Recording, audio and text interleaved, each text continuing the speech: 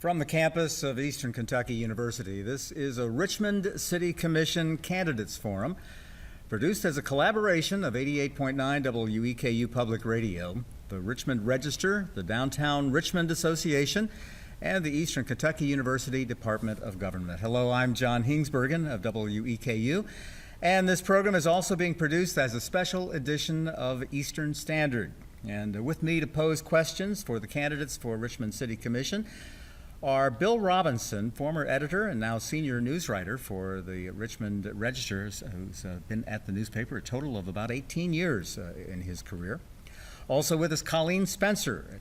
Colleen is a local businesswoman and vice president of the Downtown Richmond Association and board member for Habitat for Humanity of Madison County. Bill, Colleen, welcome. Thanks for being here. Thank you for having us. And now, of course, our candidates who will be on the ballot for Richmond City Commission on November 8th are, these are, by the way, listed alphabetically. We have Commissioner Robert Blythe, Commissioner Jim Newby. We have Commissioner Jason Morgan. Actually, these are not alphabetical. I apologize. We have challengers Morgan Eves and John Roden. And so we'll sort everybody out and identify everybody on the screen in a few moments during this evening's broadcast. For this debate, we have a few very simple rules, and we will ask each of the candidates to begin with a 1 to 2 minute opening statement. And when you are asked a question, we ask each of the candidates to limit your response to 1.5 minutes. Please don't feel that you need to use 1.5 minutes, but and I'll watch the timer to keep track of the timing. If a candidate's name is mentioned, we will offer you an opportunity to issue a rebuttal of up to 1 minute, just in case someone else has brought up your name. And each of candidates will be asked to make a closing statement of up to 2 minutes at the end of our broadcast. I will do my best to serve as a timekeeper with the assistance of our producer, Darren Wilson of the EKU Department of Government. So let us go ahead and begin with our candidates and ask each of you to begin with an opening statement. And I will do this in alphabetical order. We will ask Commissioner Robert Blythe to begin with an opening statement. Good evening. Thank you, John. Good evening. Good evening to those who will be posing the questions. Good evening to the audience. I'm Robert Blythe. I am a candidate for one of the 4 commission seats that will come up for election in November. I am currently serving, as has been mentioned, as a commissioner and have really appreciated the opportunity to do so. I'm a lifelong resident of Richmond, with the exception of a couple of weeks when I went away to school and went to work for IBM in Akron, Ohio. But product of Madison High School and Eastern Kentucky University and a few other schools along the way. I love Richmond, and that's one of the reasons I've stayed here all my life. Richmond has been very good to me. I serve currently as pastor of the First Baptist Church on Francis Street, and just a few days ago we celebrated that I've served as pastor there for 34 years. That's a privilege, and I don't take it very lightly. Also, I've been able to serve in the community in other capacities. I'm a retired school teacher, taught in the Richmond City schools and then the Madison County schools, and then 18 years at Eastern Kentucky University in the math department there, retired July 2011. I consider that also a great privilege. But I've had the opportunity to serve the community in other ways. One of my prime concerns in our community is the welfare of our youth, and I serve as chair of a group called the Faith Task Force of Madison County Incorporated, which focuses on primarily prevention of drug and alcohol abuse among our teens. And of course, our hands are full. I just ran from that meeting to be here, but it's that important that we focus on our young people. The second way in which I find a great privilege in serving is the New Liberty Shelter for Homeless Families. This year, we're celebrating 25 years that we've provided shelter, apartment shelter for homeless families. There must be children involved. And that, again, is another reason why I'm so passionate about serving on that committee and also chairing it. One of my primary concerns in our community is the issue of public safety, not only for our young people, but for our community as a whole. And over the years, I've had the perspective of serving as police commissioner when we had liaison commissioners. Commissioner, and your got time to is see, about up. yes, sir, and got to see that rather close up. I'm happy to be here tonight and looking forward to our conversation. Thank you. And our next candidate with an opening statement in our debate is Morgan Eves. Morgan. Thank you, moderators, and good evening, fellow candidates and everyone watching and listening at home. I am Morgan Eves, and I am your candidate for Richmond City Commission. I was born and raised in Richmond and graduated from Madison Central High School and left the state for college and law school. I returned in 2013 to practice law with my dad in downtown Richmond at Eves, Olds, Bohannon, and Floyd. It was after living in other communities like Oxford, Mississippi, which has a university similar in size to EKU and a city population similar in size to Richmond, that I realized I needed to run for city commission. Richmond is quickly becoming eclipsed by cities across the state in terms of economic development, downtown revitalization, urban development, and a general sense of community. And I feel that I am the person to help kickstart this again in Richmond. I have a comprehensive view and vision for this city, and I love Richmond. I moved back here to help move the city forward, and I look forward to this evening's discussion and to your support.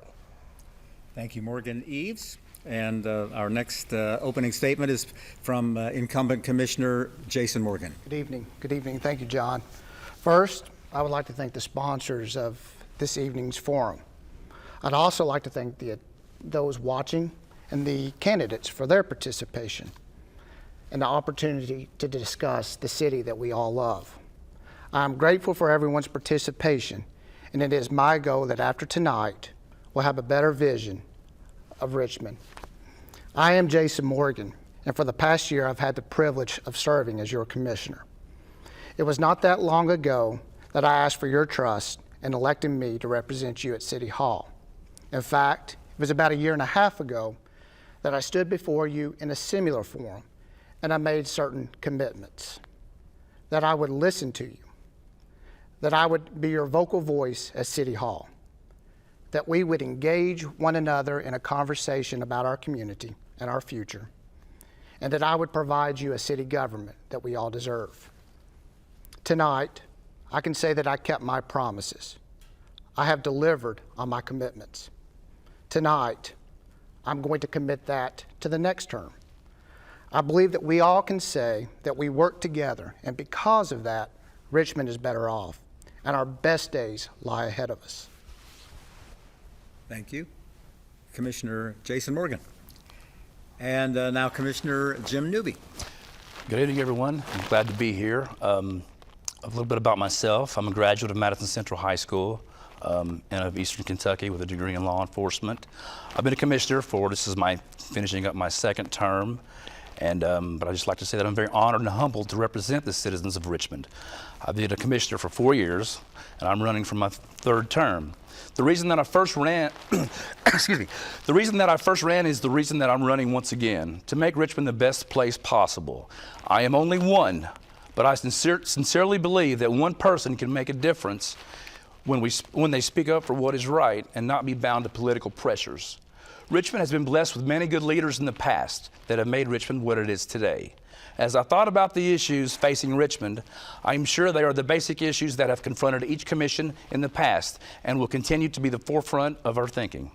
Thank you.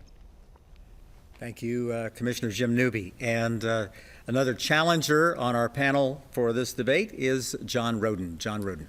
Good evening. Thank you very much for providing this opportunity for each of us and to come and discuss important issues that we have.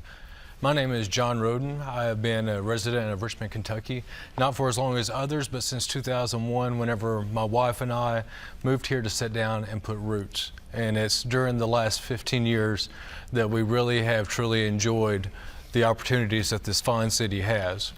And it's on that really has a challenge for us to take the next steps. Whenever we're asked why are we running, mine goes to my children. Because in 15 to 20 years, I will have to stand account to them, say, what did I do?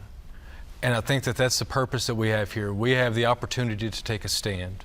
We have to identify what we're going to stand for as a city and a community, what we will stand against, who we will stand with, and not only identifying those things, the way we go about it, with integrity, with respect, and to garner the trust of those that we serve, because this is public service.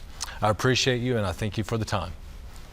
Thank you very much, John Roden. I should mention to our viewers watching our YouTube telecast that if you have a question during the live telecast, you're welcome to send an email to richmondforum2016@gmail.com. That email address again, richmondforum2016@gmail.com. This is a Richmond City Commission candidates debate and a special edition of Eastern Standard on WEKU. And I'm going to, for our first category of questions, turn things over to Colleen Spencer for some questions in the area of economic development. Great. Colleen. Thank you, John. In the area of economic development, Reverend Blythe, we're going to start with you. There are several well-known vacant and dilapidated buildings in downtown Richmond. How can the city address this need? Thank you, Colleen. That question is one that we've been able to give some attention to. This is one of the times when we find it's very true that the wheels of government turn slowly.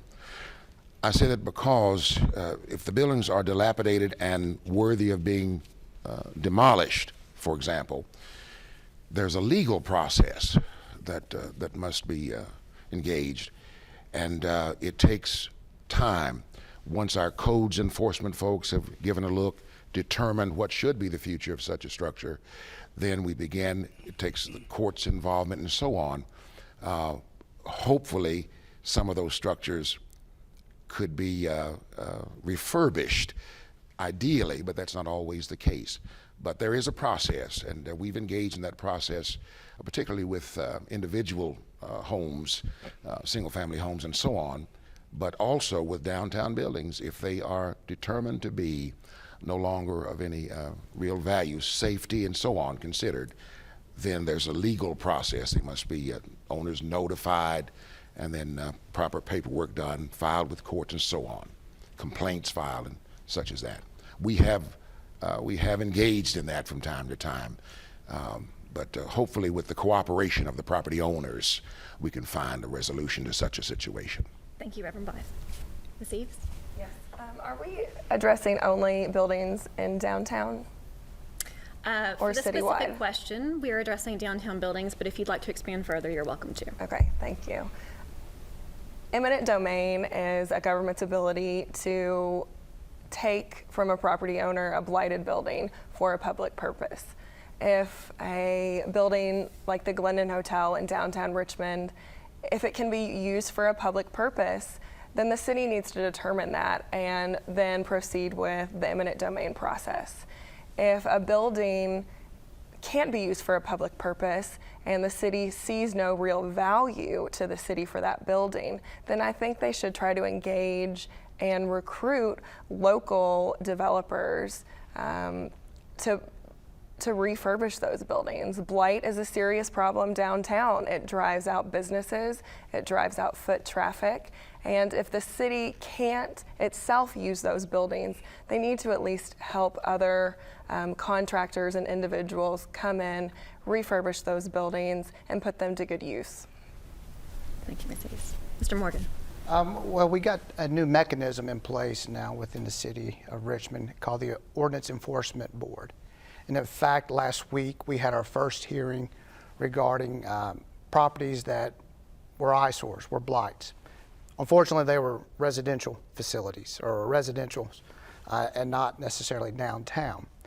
But we expect to expand it. We expect to go after what I call the rogue hotels on 87. And it's certainly a possibility to go after the Glendon Hotel, which is probably the crux of this question, along with forcing payment on the liens that we have, the city of Richmond owns on the Glendon Hotel. What do you do once you get it? That's the $1 million question. And Ms. Eves is right, the public-private partnership. We need to investigate those. We need to investigate opportunities with the university. If the Glendon is the crux of the question, we can have Eastern rent out some space for college kids and have flats, and then have the first floor as retail business, which is just an added value to the city of Richmond. It adds to the tax base. Thank you, Mr. Morgan. Mr. Navy. Well, between what Commissioner Blythe and Commissioner Morgan have said, these have all been addressed in our work session meetings, which the public are allowed to attend. These issues have all been brought up, and these solutions and possible answers have been. And I don't really have anything to add from what Commissioner Blythe and Commissioner Morgan said. So that's Very good. Mr. Roden. Well, the parts I would add on is, I'm looking at for the processes, and though things do take time, that we as a city would still need to identify those goals and to expedite the process. Bringing in and attracting retail is a great avenue, especially for our downtown Richmond area, but also we need to put a plan in place that is specific, that's measurable, that's attainable, that is realistic, and that's time-oriented. Because before we know it, we can have a year pass by, 2 years, and the conditions have not changed. And without that immediate action to address the issue, we find ourselves further down the road with more problems to address later on. I believe Mr. Morgan would like to follow up. Okay, sure. Go right ahead, Mr. Morgan. And Mr. Rowan made a very valid point. We do have a plan. It's called the Comprehensive Plan. It's about a 110-page document where downtown revitalization and economic development are mentioned a total of 88 times combined. Goal number 1 is economic development, with downtown being the major subject of that goal number 1. Also, when you're talking about downtown, let's refer that to a neighborhood, the downtown neighborhood. That's addressed in goal number 2 of the comprehensive plan, stabilizing our downtown, stabilizing all neighborhoods, including the downtown neighborhood. So there is a plan, it's a comprehensive plan. The plan needs to be brought out during the budget, the crafting of the budget, and we need to budget accordingly, because the plan that's in place is a plan that, frankly, the community developed. It was a community input, which the commissioners, we were involved, but we were only 4 people involved. Well, one thing, if I may interject, Yeah. to have a plan, but what concretely, to use a term, what has been done in the last 2 years, the last 4, and Mr. Morgan, you've been on the commission 2 different times. You were out of term, but what has been done in the last 2 years to implement that plan? That's the crux of my frustration. The comprehensive plan needs to be brought out for budgeting.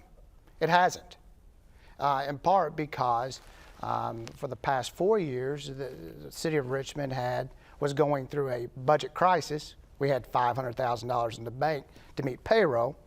We've recovered from that, and now it's time to invest. We got, I think, I calculated roughly $20 million in our general fund right now, just willing or waiting to be invested in the city of Richmond. We've allowed Mr. Morgan a Right. little bit of Others time. like to- others Would others chime in like to here. interject there? Are we talking economic or specifically downtown development? I mean, we're- Downtown was the intended focus of Okay, well, tonight's okay, debate, I'm sorry. Well, I got a couple of things that I put together on this. Well, we have many successful businesses downtown, along with financial and professional offices. You can purchase about any basic item you need. For example, Courier's Music World has been in business for 50 years. Leeds Jewelry sells all over the world. Purdy's Coffee has been a great success story. You can actually get home-cooked food, and anything from home-cooked food to handmade soaps downtown. Downtown has it all, but we need to do a better job as a city government to continue to have good relations with our downtown businesses and support the Downtown Association. We have some empty storefronts that we can recruit specialty stores to relocate. We need to beautify downtown. We need to look at the sidewalks, the storefronts, the landscaping, traffic flow. We need to offer a venue for nighttime entertainment, such as a place where there could be concerts, plays, movies, lecturers, etc. This will draw people downtown after hours and in turn help the businesses. We need to draw people downtown. We should work with Eastern to have programs that will bring people and the students downtown. Eastern's in our backyard. We need to make downtown a destination place. Anyone else have a comment? Yes, Ms. Eves. back to Mr. Robinson's question about the comprehensive plan and what has been done, I think one of the problems is a true comprehensive plan. If you look at other cities like Danville or Winchester or even Paducah, a comprehensive plan should be an outline of how to reach a goal. Richmond's comprehensive plan details only the goal.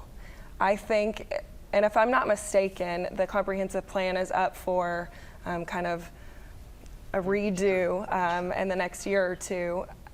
I think the solution to what has been done is to develop a process for how to reach that goal. It's great to have a goal, but you need to know how you can attain it. Just one other thing. Commissioner quickly, Black, we tag the concern about the buildings, which may not be in the best condition. I think those buildings could either be refurbished or replaced, whatever is necessary. If there were businesses that were identified that could use them and would use them, and I think that gets into an area that perhaps you'll question later, so I don't want to say too much about it, but then that becomes a matter of hosting folks downtown to use the buildings that are there. And there's a matter that's specific when it comes to hosting folks downtown. So I assume that we'll probably get to that a little later, but those buildings would probably be used, even if they're replaced, if there were businesses that were anxious to get downtown. Mr. Roden, did you have a comment? You're welcome to pass, you're welcome to chime in. Well, I think that as we go through, we can beat it for a while, but it's movement.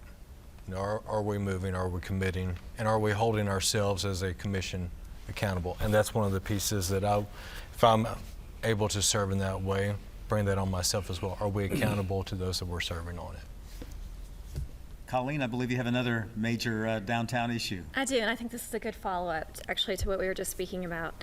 Several Kentucky cities have offered incentives for businesses to come downtown specifically. What incentives would you like to see the city of Richmond provide for businesses to come to downtown Richmond? I'm starting. Yes, ma'am. A lot of people talk about tax incentives for businesses. I think when you get into taxes, that's more of a state issue as opposed to a city issue. I think what Richmond in general could do to help recruit businesses, reach out. That's the easiest thing to do. I know of several instances where the city has turned away because of zoning restrictions. And you need to see where your weaknesses are. And Richmond has a serious economic development weakness. If we're not all in, then what are we doing? We need to show that we're ready to host, we're ready to commit, and the city needs to really partner with businesses that are interested in coming into town, as well as reach out. If you have other businesses in surrounding cities that you think may want to open a second location in Richmond, reach out. Recruitment is not a bad thing. It's a very powerful tool in economic development. And I'm going to continue on that question and let you continue, and then Jason, do you feel that zoning is one of the #1 issues in not being able to get businesses downtown? I'm not sure it's one of the #1. I think it's kind of, it's part of the puzzle. Okay. I think conditional use permits, if it's beneficial to the city, it needs to be examined as opposed to a flat out no. Great. Thank you. Mr. Morgan? Probably the best incentive that we can offer, the tax incentives are pretty much off the table. Those are directed by the state.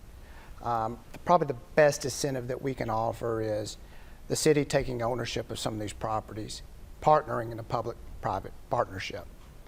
The zoning is an issue. Right now, it's very difficult for us to have apartments on the second floor of our buildings because of parking regulations. People living downtown, they're going to shop downtown. They're going to go to Purdy's downtown. They're going to go to the Tea Emporium downtown. They're going to go to your shop, Ms. Spencer. So zoning does, in a very spin-off way, cause some downtown issues. one of the ways that we can incentivize businesses relocating would be to hire an economic development coordinator. I have suggested, I've asked for budget, I've asked that our industrial development coordinator assume that role. It was denied by the Industrial Development Board. My follow-up to that was, then why don't we budget for an economic development coordinator in this coming budget? And if we don't want to hire them full-time, let's cede that position to the Richmond Chamber of Commerce and allow them to hire an economic development coordinator. Thank you, Mr. Morgan. Yes, Mr. Newby. Well, once again, to touch on what he just said, I've met with Mindy from the chamber, and Mindy and the ladies of the chamber have some excellent ideas as far as hiring a coordinator, and they're going to elect a committee to recruit and to advertise Richmond. And I think this committee is made up of a lot of realtors, and I think that's a good step, but it's a start. But zoning and parking is a major issue. Thank you. And I believe, piggybacking on, I think we're going to hear several of the pieces, is that addressing the infrastructure to allow for it, but also seeking out those that are willing to come in and exploring all opportunities. Though the tax incentives, it is not, definitely all within our purview, it should not keep us from exploring and trying to figure out ways to incentivize, whether that's through taxes or through different avenues. Our local businesses are the driver of our downtown, and that's what we should be working to attract that as much as possible. Thank you. Commissioner Blythe? Yeah. Yes. A couple of things. One, we do have, and this may be, I'm thinking of what Mr. Roden said earlier about having goals, but also how we plan to reach those. I guess you'd call it a first step, but we do have a downtown coordinator that I think works really hard, tries to be creative. It's perhaps one of those, if you allow me, one of those biblical references. She's probably trying to make brick without straw. She's doing the very best she can, but doesn't have perhaps everything that she could use to bring about some of the things she'd like to see downtown. Also, let me be redundant, parking would be a matter when encouraging, inviting folks to open businesses, to operate downtown. And coupled with that, I think pedestrian access. I think the two somehow can work hand in hand if parking is properly situated so that folks can get pretty much to anything within a 3 or 4 block radius. And I think that would really liven up, so to speak, our downtown. If I may ask my colleagues, Colleen and Bill, I know we have a question about the parking garage proposal. I wonder if we can make that happen very quickly, get a very quick response from everyone regarding your position on that. Absolutely. Mr. Morgan, we'll start with you. The general question is, do you feel like parking in downtown Richmond is an issue? And if so, are you in favor of a potential parking garage? It's an absolute issue, and absolutely I'm in favor of a downtown parking structure. Yes, it is, and we need a parking garage. And I'm going to throw out an idea for you, if you know what mine is. This is my idea. It's not just my idea, but it's a couple of concerned citizens and I've got together on it. And one idea is to put a parking garage around City Hall. That'd be centrally located. It will offer parking during the day to downtown workers, freeing up street parking, and it'd be a safe place to park for activities at night. The first floor of the garage could have the space for the evening activities, such as a large auditorium. And the first floor could also have small retail businesses. This would transform our downtown. The Downtown Association is to be commended for their activities that they conduct. But they're trying hard, but they can always use help. Thank you. Thank you, Mr. Ed. Yes, I'll say that the parking issue, it is an issue, and not only should we pursue and look at how we obtain that, but the financing, so that we as a city are not pulling that on our own, but exploring different grant opportunities that are available and working with those entities that are around us that we can go out and to move and to maximize the dollars that are available to us, but that will take the networking and the planning of multiple stakeholders, not only within our city government, but our county government and our local businesses as well. Thank you. Mr. Bly. Yes.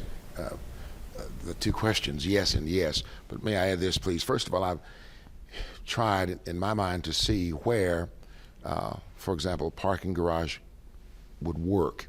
Now, I'm not skilled in municipal design, but I could see wherever we place, if we should place a parking garage, it should have, and it probably would not be directly on Main Street, except in the possible case of 3rd and Main at City Hall. But wherever one is placed, and two other sites that have been in my mind, one is behind the Glendon, which is a lot that is owned by the city of Richmond. It's a parking lot. It has fall to the land, so perhaps it would be very receptive to that kind of thing. I go down the street to the corner of a Water and First, where Chase Bank is located on Main Street, and I think, wow, with the fall of that land, with the cooperation, public-private, if Chase somehow would enter into some kind of arrangement with the city, then that building on the corner may be eminent domain, but somehow one there, which would allow a very short walk in either of those three cases to Main Street. Did Morgan Eves get a chance Morgan, to I'm chime in on the sorry. parking Sorry. garage? No, go ahead, Morgan. I didn't think so. I'm sorry, I apologize. I currently think parking is a problem. I live and work downtown. But a parking garage right now to me is the chicken before the egg problem. Is the parking the problem, or are other things the problem? I think a parking garage could be part of an overall rehaul of downtown Richmond. I don't know that it's the single solution. And I think one of the most popular places that Mr. Blythe mentioned in the discussion for a parking garage is behind the Glendon, which is actually where I park for my work every day. And to put a parking garage there, I'm not sure the surrounding streets would support a traffic flow. I think that would create another problem. So I think to really make an educated statement about yes or no, someone needs to do, and I believe the city is currently doing it, a parking study, a traffic study, and then that would kind of tell us, if we're going to do it, where the best spot would be. Okay, let's switch gears a little bit. This is a Richmond City Commission debate and also a special edition of Eastern Standard on WEKU. And I want to turn now to Bill Robinson of the Richmond Register for some questions related to the very important topic of public safety. And I think Mr. Newby will probably be the first person to start out. I'll give you a heads up here. That's a good one, because Not that many years ago, Richmond's police department had a budgeted strength of 70 officers. Yes. And for the last few years, the budgeted strength has been 60 officers, even as the city may not have grown in population that much, but it has grown. But we're not even making the strength of 60 officers. Now, I'd like to ask the incumbents, how did this happen? Why has it happened?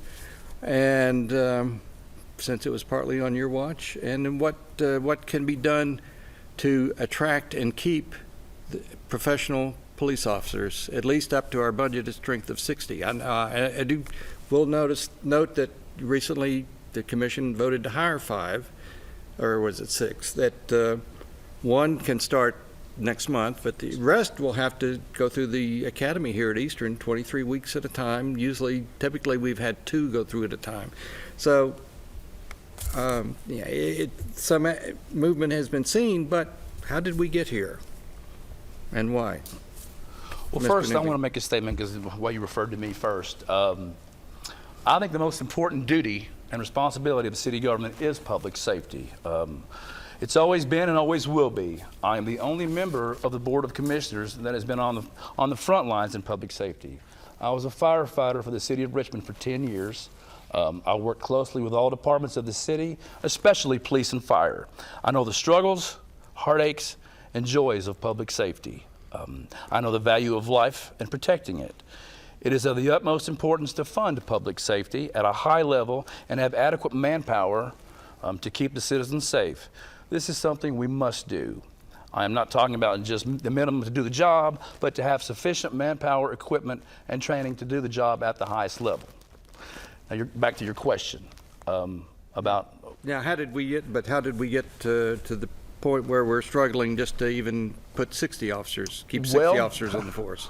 I guess without getting, I guess I'll say personally into commission meetings and stuff, and the other two, my fellow commissioners can tell you, this has been an issue. This has been an issue that's brought up by each of us at this table, and it's a struggle when certain officials don't think you actually need them. They think everything is fine. And our chief has brought things before us since I've been there every year, and he's going to do so once again. We're short. We're bad short. And when we hire these officers, they get on the job and our pay scale. They start out normal, but it takes them.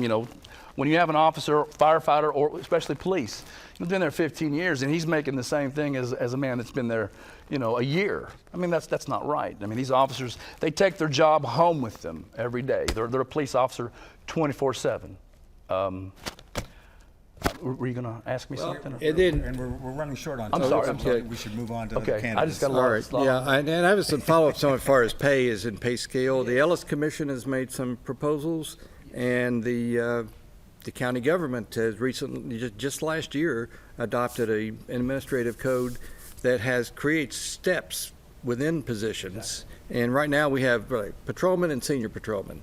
And like Winchester and Frankfurt, to whom we're often compared, while they don't start out as high as we do, they have three patrolmen 1, 2, and 3, and I'm not sure if they have steps within those, but and this will cost money, of course. One more thing, the reason these officers are leaving is they're hired and they'll go to training. The city will send them to training. And if he's sitting beside an officer from Bowling Green and he's like, well, we're making this, after 2 years, and I'm not.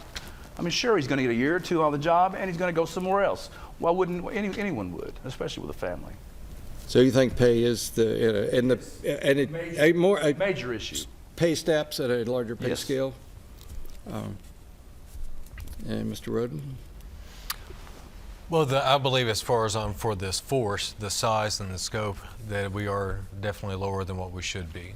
And I think that we as a community should be able to provide the most robust police force, along with all of our other service areas, as we possibly can have.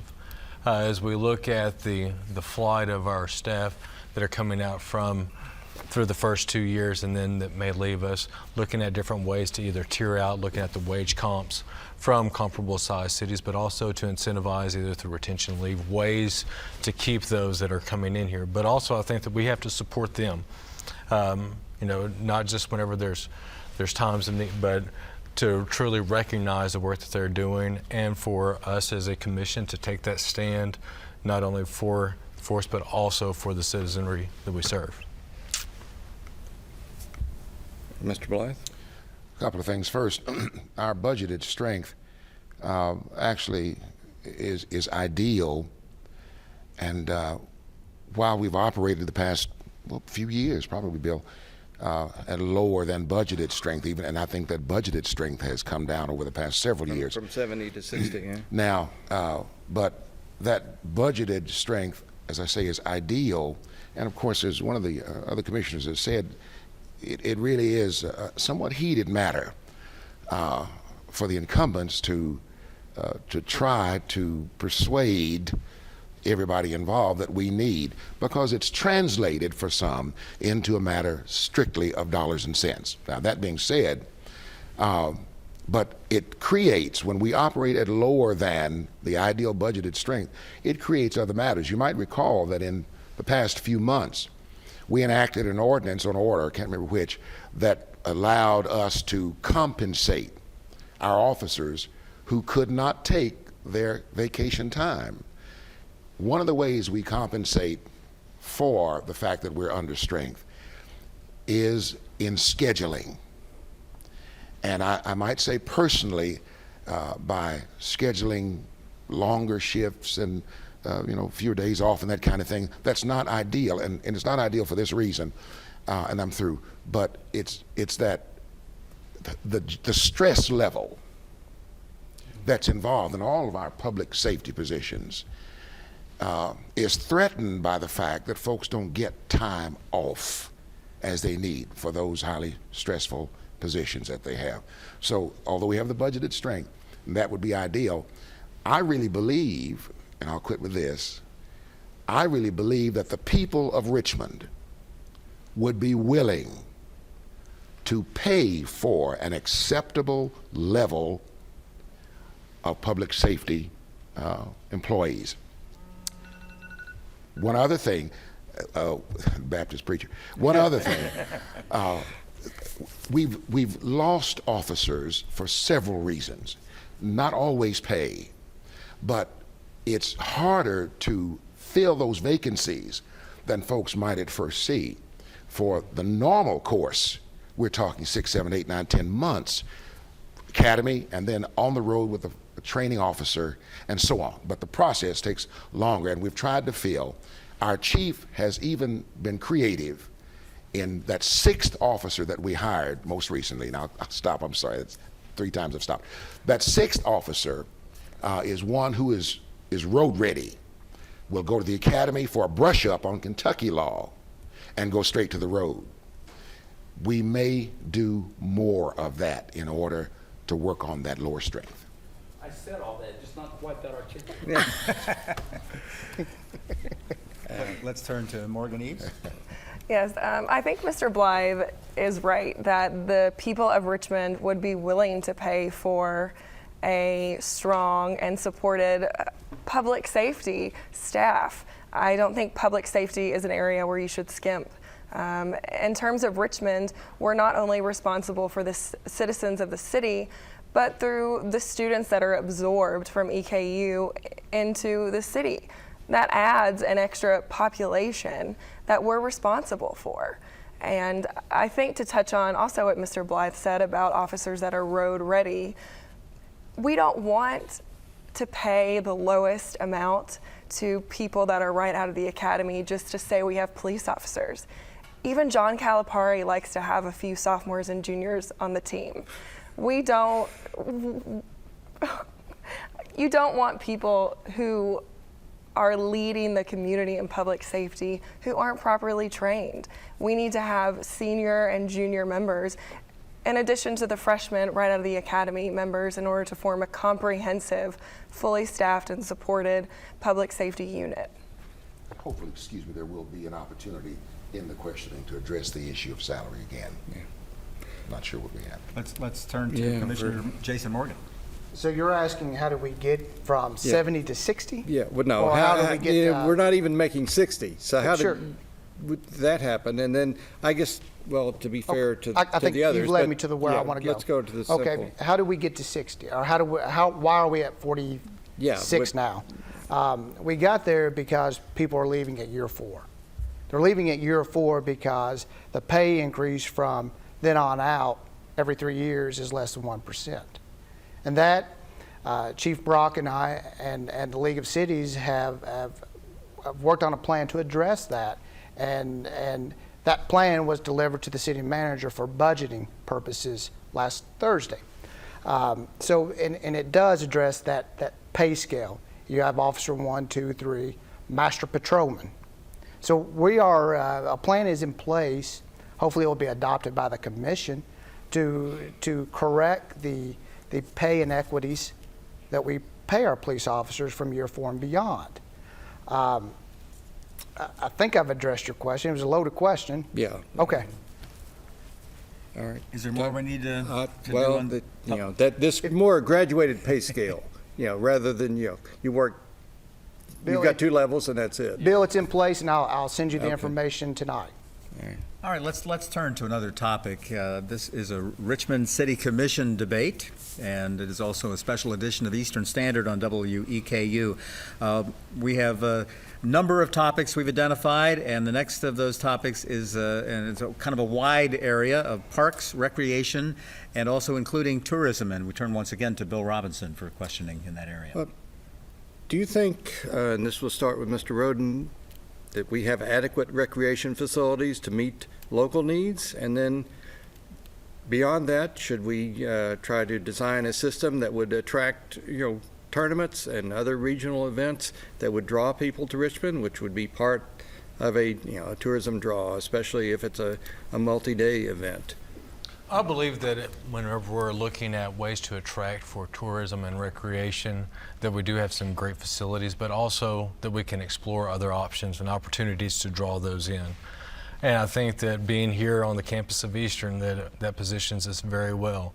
On the way in tonight, I was able to talk with the young man, Logan, who's a junior. He's in marketing and he's looking to go in for golf promotions. But it's looking at how are we taking the talent that we have here to promote and to really draw in and to market the different opportunities that we have for families and for those that are close by to stop through and see us as an attraction. But also we have to invest that within for our children and families here within Richmond. Are we taking care of what we do have before we explore out? As we look at for the shape of our children, that for Kentucky, some of our children are the least healthy in the nation. That's something that we can't sit idly by for. But it's how we go about that, how we bring our community together to really see that that is an investment, not only for us as a community for a dollars and cents perspective, but also investing back into those that are most in need of it, and that's our children who are going to inherit this in the next 15 years. Reverend Blythe? I think we do have what I would call adequate facilities. Now, we can always do better. I think, for example, the facility at Lake Reba is a crown jewel. We don't want to get it too crowded, but it's a crown jewel. Our other more passive parks are wonderful in our city. There are a couple of things before we expand. For example, some of the uses of the Lake Reba facility, for example. We've got lots of soccer and Little League, that kind of thing. I would think we would want to look at some other areas that are not covered. For example, several years ago, there was a lot of discussion in this community about the availability of a skate park. Before I would be willing to expand any of the things, the actual activities that we have, I'd like to see us explore other areas, such as a skate park. But we have wonderful facilities. We have a Parks and Recreation Board that's very conscientious about what we do offer in the city of Richmond in the way of recreation. Tourism draws, certainly. I think we have to be very careful that we do maintain our facilities in such a condition that we would be a site that others would want to come in to use for their activities, their tournaments and so on. But I think Richmond parks are exceptional, and we need to take a look at what we have and to applaud what we have and the staff that actually provides us with that parks administration and the servicing of those parks. But yes, we do. We have the crown jewel. Ms. Seas? I regularly walk at Lake Reba, and when I was younger, Lake Reba was beautiful. Now, the fences need to be painted. Playground equipment was the same as when I was younger. It needs to be updated. And I think, to somewhat play off what Mr. Blythe said, you shouldn't expand until you can improve upon what you have. I think the infrastructure in terms of parks and groundskeeping could certainly be improved. We are having a Little League championship soon, and I don't think it's in any condition to draw people into Richmond, to really hook them. I think we need to take pride in what we have, and the status quo isn't okay. The way the parks look now is adequate, but we can do better than adequate. I think in terms of tourism, the tourism people work so hard. I've been down there and talked to them a lot. They work really, really hard, but they need to be able to work with what they have, and we need to improve upon the local parks so that they can have a bigger draw in terms of tourism. Mr. Morgan? You ready for me? Now, Bill, you know that when I have to take off work and buy supplies to maintain our parks, and you know very well know that I did that, our parks are not being maintained at the level that is acceptable for me. We budget $800,000, roughly $900,000, but we don't come near spending it.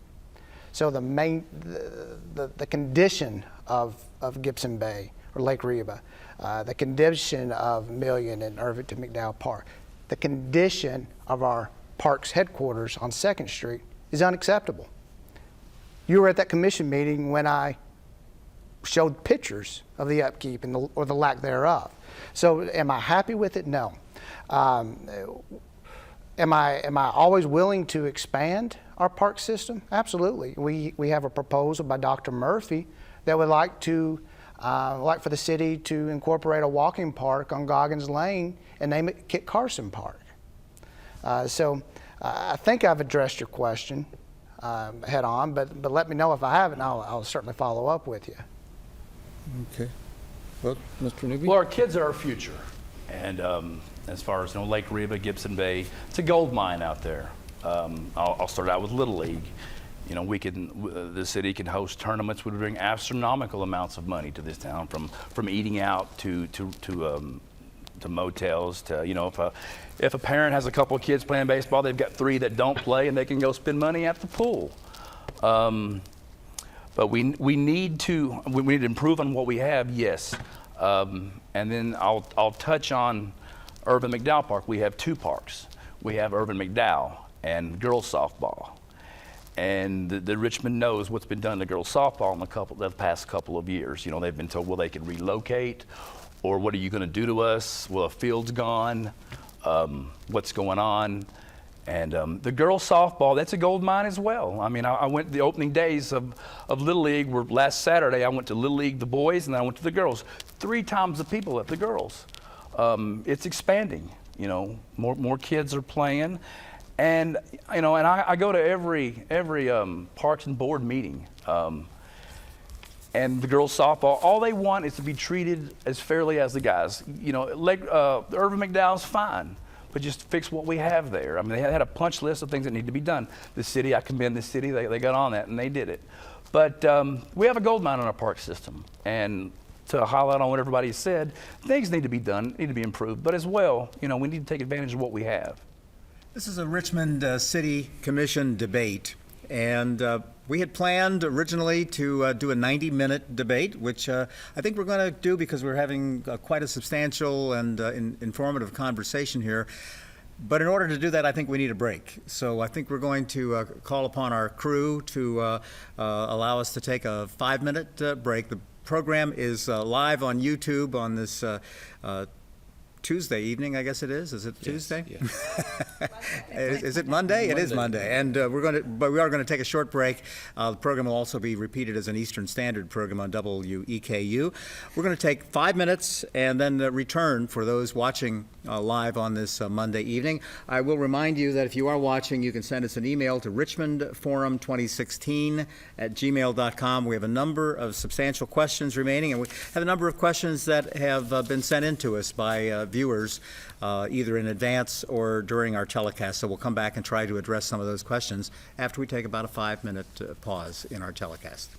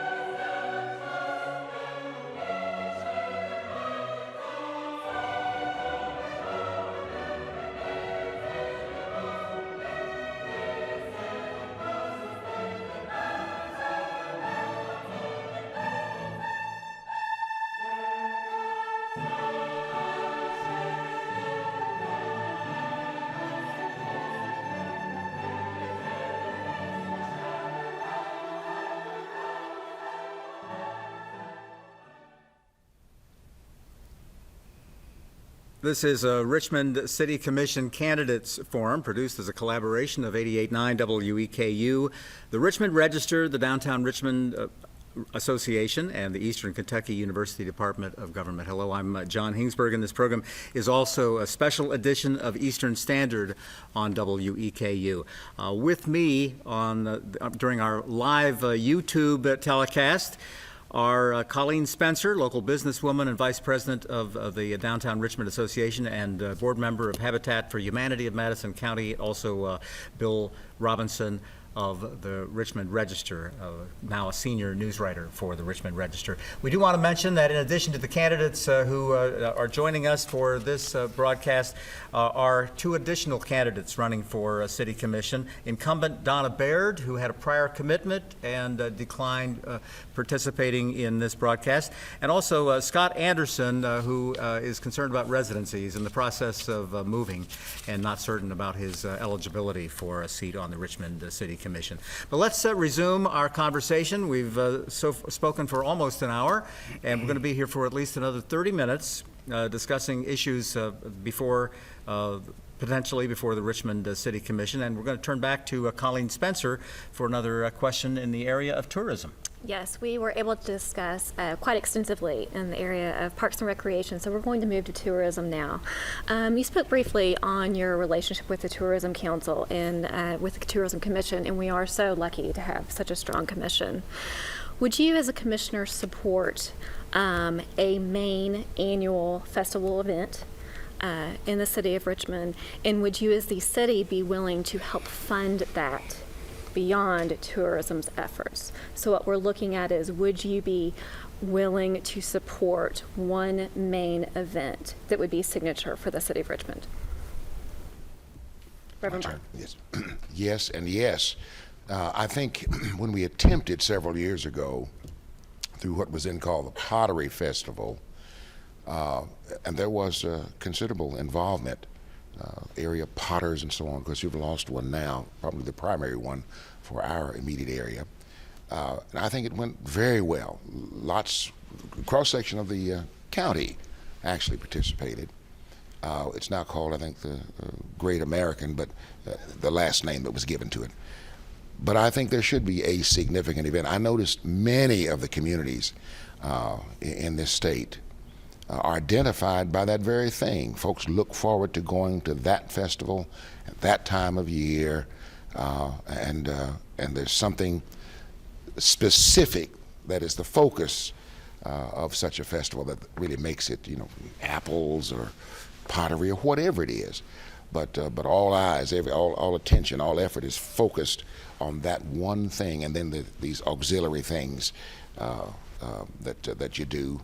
Fun for the kids, and all kinds of refreshments and that kind of thing. But yes, I do believe there should be for our area. We're so well positioned, but we have to be careful what we make our focus. That's probably an opportunity for the community to come together and do some brainstorming, and what when you think of Richmond, what do you think of, and come up with something that would be acceptable in that way. But yes. And I think it would be a tremendous draw if we had one. Thank you, Reverend. Ms. Eves. Colleen, I know you and I participated in a discussion with the Tourism Commission regarding this very issue, and we had involvement from Richmond City Manager Richard Thomas, who was extremely open to the idea of giving all accommodation to a main sort of signature event in the city. And I think Mr. Blythe is correct. The surrounding cities have taken that and run with it. The Beer Cheese Festival in Winchester or barbecue festivals in Danville. I think that can help unite Richmond, EKU students, county residents, and residents from, sort of outlying counties. I think that can bring tourism in, of course, but I think everyone needs to get on board. I think we need vendors, food, even alcohol. We need to have music. And Mr. Blythe is right. We need the community's involvement and a brainstorming from the community. But it is so important to Richmond's brand and to progress Richmond forward that they kind of step both feet into this this sort of movement, which is this signature festival event, and we need to really look into that. Thank you, Ms. Eves. Mr. Morgan. The short is yes, we should have a festival, and I'm absolutely in favor of ponying up some money, city money. Again, we have nearly $20 million in the bank. We can well afford it. Some of the things that I have worked on over the past year is I met with an SGA representative on a festival, and I've encouraged them and the city of Richmond to develop a festival around Eastern's homecoming. That would draw a bigger crowd, it would draw more participants, and it would, although we don't have town and gown anymore, it would kind of foster that town and gown relationship. I've also worked with a couple of individuals on bicycle races within the Madison County. There would be a Sunday crit and a Saturday long bike ride. I've worked with an individual, in fact was emailing today back and forth, on a marathon for Richmond. So yes, there's tourism opportunities. Yes, there's festival opportunities. We just needed to identify what strategy we want to go and plan it out and realize that it's probably not going to be successful or as successful as we would like the first 2 or 3 years. And we should withstand that. That's an investment. But year 4, 5, and 6 and beyond, we should begin to see a return, and we should have the determination to make it succeed on the festivals. Thank you. Mr. Newby. Yes, we do. You know, you hear things from other counties, other cities, examples. I believe Pikeville, the Hillbilly Days, London, the Chicken Festival, Baitable, the Woolly Worm Festival. I think Irvin even has the Mushroom Festival. I think it's the okay kind. But we do, and as Commissioner Morgan said, you know, it's something that may not take off, you know, full swing the first year or two, but it's something that the Richmond can expand on, and I think tourism can play a big part in that. And I believe if we're looking at a signature festival, that's something that we should explore and to potentially go ahead and move forward. And it's identifying what it is, you know, because we can say to have a festival, but bringing together what type of festival, what are we wanting to promote, but also before we commit the dollars that we have reserved, looking at the total cost of operations, are there other resource providers that we can bring in to help share that cost? Looking at both the for-profit, nonprofit, faith-based organizations to see what resources can be brought in and leveraged so that we can limit the amount of dollars that are coming from our city budget, which we could then direct back into other areas that we've been mentioning all night long for looking into to improve for the facilities of our parks, looking at for our compensation packages, because that total cost at the end of the day, though it is $20 million, is trying to use that as much as we can to get to our goal. There have been a couple of comments related to or mentioning Eastern and the city of Richmond relations between the university and the city, or town-gown relations. Let's turn to some town-gown topics for the next few minutes. And again, we'd like to get to some of the questions that have been emailed to us by viewers of our telecast as well. But Bill Robinson or Colleen Spencer? Colleen? You're on town and gown. Town and gown. All right, very good. I'm going to kind of combine what we had talked about discussing earlier, and Ms. Eves, we'll start with you. We kind of have a twofold look at the town and gown relationship between the city of Richmond and EKU. Number one is a safety issue, the kernel path, how we get students to and from the city hub safely, both morning, noon, and night. And number two, when we have these students and faculty, how do we keep them here? How do we find affordable housing for them? And how do we retain these students once they've graduated? Well, in turning to the first part of that question in regards to safety, as I said in my opening statement, I attended the University of Mississippi, which was a very similar size to EKU, and Oxford, where the university is located, is almost exactly the same size as Richmond. So I feel like I can relate a little bit to the parallels and the problems of EKU students and Richmond residents. I think the best way to accommodate students safely is to provide some sort of bus system It doesn't have to be super often, but to make sure that they're getting to and from Richmond. And that would be a way to help them patronize downtown businesses, bring them downtown. Certainly at night, there are students that frequent bars downtown Richmond. We have a responsibility as a community to make sure those students return to their off-campus or on-campus housing safely. And a bus system is really the most realistic way to do that.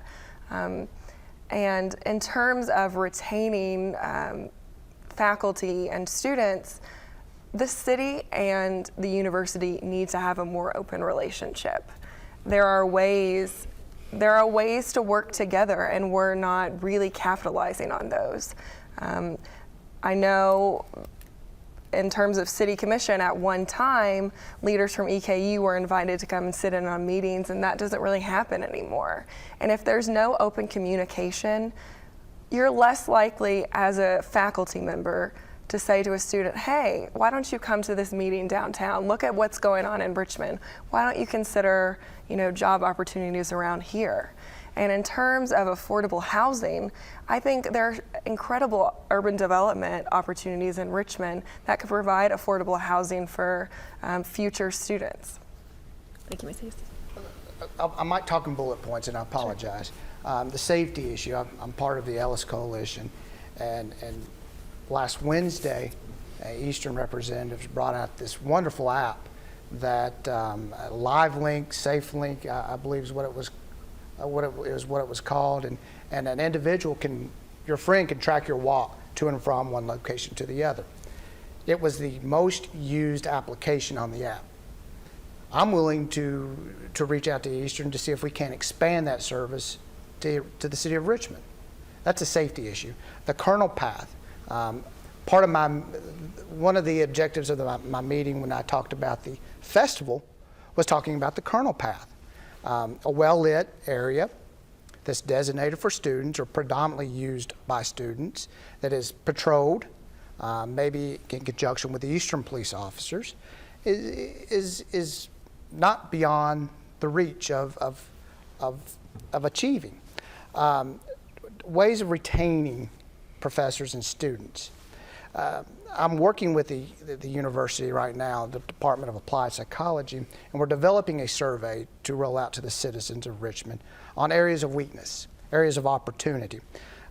That's one way. Once we identify where our strengths and weaknesses are, we can begin to develop a strategy to achieve better economic development, or better retention for our students and faculty. My vision, and part of that, is to develop Richmond as the small town capital, small business capital of Kentucky.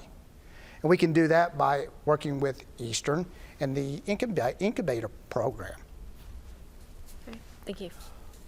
I think downtown relationships between Eastern and the city of Richmond, they are getting better. It's a slow process. There used to be null and void. I think Ms. Rose Rex coordinating things, and along with the downtown organization, we're coming along. We have ideas floating, but as far as the path to and from EKU to downtown, it's I think the ideas that we have as far as busing, lighting, safety issues, they're there and they need to be addressed, and I think those would enhance the traffic. As far as affordable housing, I think a safe, clean environment for the children and the students should be an opportunity for everyone. And I think that it will help the children excel socially and academically. We need to pursue every avenue that we can. I think with government agencies, banking, things like that, we could all get together and make some good decisions. Thank you. And for the safety, not to reiterate what has been said over and over, I think the safety issue, that we do have a responsibility and that we should be taking that, especially for our citizens that are here for a 4-year period or for those that are residents here for 30 plus years. I think that gives us more credence to really invest back into our police force that we have. The more officers that we have on the streets patrol, the safer that our students will be. for transportation service providers. Let's turn to them, those that are operating within our community or those that are surrounding communities that are knowledgeable of the business, seeking them out, getting their guidance of how we provide the transportation services to our students here to hopefully take a route downtown to get into some of the retail shops that we have as well. But I think the relationship piece, it's a two-way street. That we have to take that stance that we are actively seeking and pursuing a relationship with Eastern, but also bringing in other people, other stakeholders to make that a strong collaboration. A three-legged table stands, four-legged stands stronger, right? So the more people that we can have that are committed to that, the stronger that we will be, and that can take us so much further into the future. This is a Richmond City Commission candidates debate, and we are really beginning to run out of time. So I'm going to, as moderator, take the prerogative of moving on to some of these questions that come from those who've written in by email. And we'll ask our panelists, candidates, to limit your answers to 1 minute maximum on these questions. I've got at least 3 we'd like to get through, and then we'll give everybody an opportunity to make a brief closing statement. So let's turn first to a question that came in from Ray Arnold, and Ray is writing about recycling, and the question is, are you in favor of expanding recycling services to include glass? And as a user of the recycling service in Richmond myself, I find that a very interesting and appropriate question. So let's turn to incumbent Commissioner Jason Morgan, I guess, for that. I think that's first a answer. Dr. Wilson question. That's the first time he emailed me was, why doesn't Richmond recycle glass? That was him, huh? There is no market for it at this time, or there's no market that we can find for it. Yes, if we can identify a market, absolutely, let's do it. I'm probably more in favor of a single stream recycling, where we put everything in, we send it to Lexington, and they can sort it out. It's more cost effective, it recycles more, it reduces landfill waste.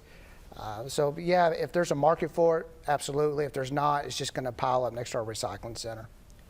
Okay, let's turn to Commissioner Newby. Well, sir, I couldn't think of a better answer than my comrade Commissioner Morgan just said. If I said anything, I'd just be rambling. But he made a very good point there. Well, we appreciate you yielding Hey, I'm the honest time. Mr. Roden. If there's a market for glass, I think we should go. However, we also should promote and look at for the recycling that we have. Only 2% of the current waste stream is recycled. That's something that we're barely even scraping on what we can, that there is a tangible revenue back in for us. Commissioner Blythe. With the fear of being redundant, yes, we should expand, but I asked our recycling people, and not to mention the fact that I got a couple of those little oops sheets that they give you when you put something in recycling that you're not supposed to, and I was throwing my glass in there still, but it'd be nice, but they said we don't have a market at this time. And Morgan Eves. For fear of being redundant, I agree with everyone. Excellent. Well, here, let me pose this question then that is perhaps more likely to get a diversity of responses. This is from Rob Moran, who wrote to us by email. And Rob wants to know, of these candidates for Richmond City Commission, do you support anti-discrimination measures to protect our local LGBT community in the workplace? And I guess we start with Commissioner Newby. Yes, I do. I do. I mean, I don't need to elaborate on that. I mean, I support it. Mr. Roden? I say that we should be supportive of the rights for everyone, but I think that as far as on invoking ordinance is to single out a specific, I think that takes away rights from others. One of the pieces that I firmly believe that until we can really protect the rights of our children and our unborn, then we're missing the mark. So we need to get first things first before we move forward anywhere else. Okay. Commissioner Blythe. And my stated position has been over the past few years, in fact, that first of all, I do not support discrimination in any fashion against, but on the other hand, we must be very careful about identifying specific classes. That could become a dangerous circumstance for us. At the same time, I've asked that our police would monitor complaints that can be explored over the time to see if there is a trend of any specific kind of discrimination. Morgan Eves. Yes, I support those ordinances. I am a lawyer by trade, and I believe all persons are protected from discrimination under the law. And I think when you show your citizens that you value them in a workplace or outside the workplace, those people are more likely to enjoy a greater sense of community and to stay in that community. And Commissioner Jason Morgan. I believe that question is best addressed when you're carving out or you're creating protective classes of individuals. That question is best addressed by state and federal governments. It makes it very difficult for to have this piecemeal fairness ordinance in Richmond, fairness ordinance in Madison County, fairness ordinance in Berea for a particular businessman to operate in all three governments. So that question is best addressed by our state leaders, our national leaders. I think I will go to one final question and see what kind of creative responses we have to this. It's certainly something that affects all of us in the Richmond community. And this question came from Heather Arvin. What can be done about the congestion on the bypass, the eastern bypass, specifically around Richmond Center? Issues about congestion on the very heavily traveled eastern bypass. And let's see, I believe we're starting with John Roden. Well, thank you very much on that one. No, I You're think gonna that one have of the the pieces solution that we for us. should look at, that it's a blessing and a curse in a way. It's great to have such a robust, vibrant area that's going out by the interstate, getting the great traffic, but also it brings with it other conflicts. So I think that we could petition, even looking at Eastern, if there's someone here or one of the departments that would be able to help us with traffic flow, but also to bring with us solutions in different ways that we can. So it's great to have it out there, but also it's something that we do need to look into.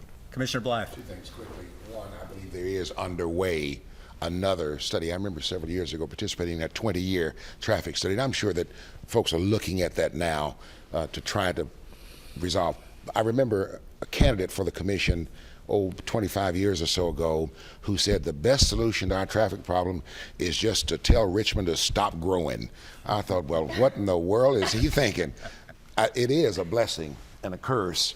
It's a good sign that folks are getting around, they're accessing, but there are those circumstances that cause us to sit down at the table and to have community meetings and say, now, how can we resolve this issue? And I'm sure that that's one of the things that's being done already. Morgan Eves.